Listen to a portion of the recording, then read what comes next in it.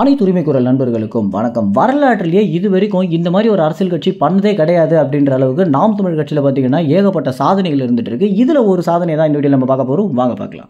இந்த அரசியல் அப்படின்றது நம்ம நாடுல எவ்வளவோ நாட்களாக இருந்தாலுமே இது வரைக்கும் இருந்த அரசியல் கட்சிகள் இந்த மாதிரியான ஒரு சாதனையே பண்ணதே இல்லை அப்படின்ற அளவுக்கு நாம் தமிழ் கட்சி பார்த்தீங்கன்னா ஒரு புரட்சிகர கட்சியாகவே மாறிட்டு வந்துட்டு இருக்கு.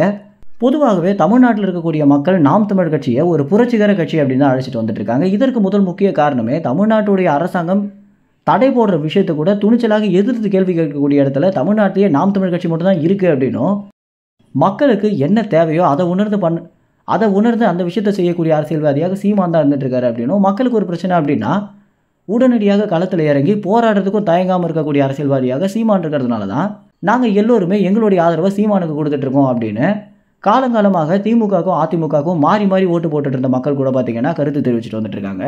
இப்படி எல்லோரையுமே தன் வசம் இருக்கக்கூடிய சீமானுடைய அரசியல் நிலைப்பாடாக மாறினதற்கு முதல் முக்கிய காரணமே நாம் தமிழ் கட்சியில் யாருமே செய்யாத அளவுக்கு சீமான் பார்த்தீங்கன்னா சாதனை பண்ணிட்டு வந்துட்டு இருக்காரு. ஆரம்பத்தில் மழலை பாசறை அப்படின்னு துவங்கினதும், அதற்கு பிறகு புலிப்படை அப்படின்ற ஒரு படையை துவங்கினதும், இன்னும் ஆட்சிக்கு வந்த பிறகு நெய்தல் படையும் அமைக்க போற அப்படின்னு சீமான் பார்த்தீங்கன்னா புது புது விஷயங்களை முதன்மைப்படுத்தி பேசுற காரணத்தினாலேயே இந்த மாதிரிலாம் அரசியல் நடந்தா ரொம்பவே நல்லா இருக்குமே அப்படின்னு இளைஞர்கள் பார்த்தீங்கன்னா அதிக அளவில் ஈர்க்கப்பட்டு நாம் தமிழ் கட்சியில் இணைந்துட்டு வந்துட்டு இருக்காங்க.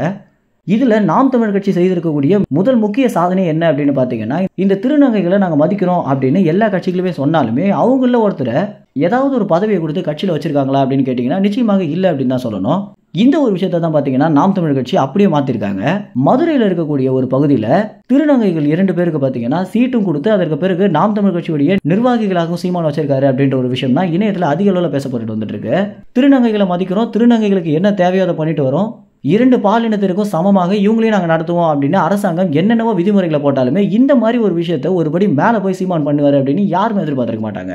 ஒரு திருநங்கைக்கு பதவி கொடுத்தாங்களா அப்படின்னு இன்னொரு பக்கம் பார்த்தீங்கன்னா ரொம்ப கேவலமாக பேசிட்டு இருந்தாலும், மற்றொரு பக்கம் இவங்களை ஆதரிக்கக்கூடிய மக்கள் பார்த்தீங்கன்னா அதிக அளவில் இருந்துட்டு இருக்காங்க அப்படின்னு தான் சொல்லி ஆகணும். வெறும் வாய் வார்த்தையாக புரட்சிகர கட்சி அப்படின்னு சொல்லாமல் ஒவ்வொரு விஷயங்களுமே செஞ்சுட்டு வந்துட்டு இருக்கிறதுனால தான் மாணவர்களும் சரி சின்ன சின்ன பசங்களும் சரி நாம் தமிழ் கட்சி மேலே இப்போதுலேருந்தே ஆர்வம் கொண்டுட்டு வந்துட்டு இருக்காங்க.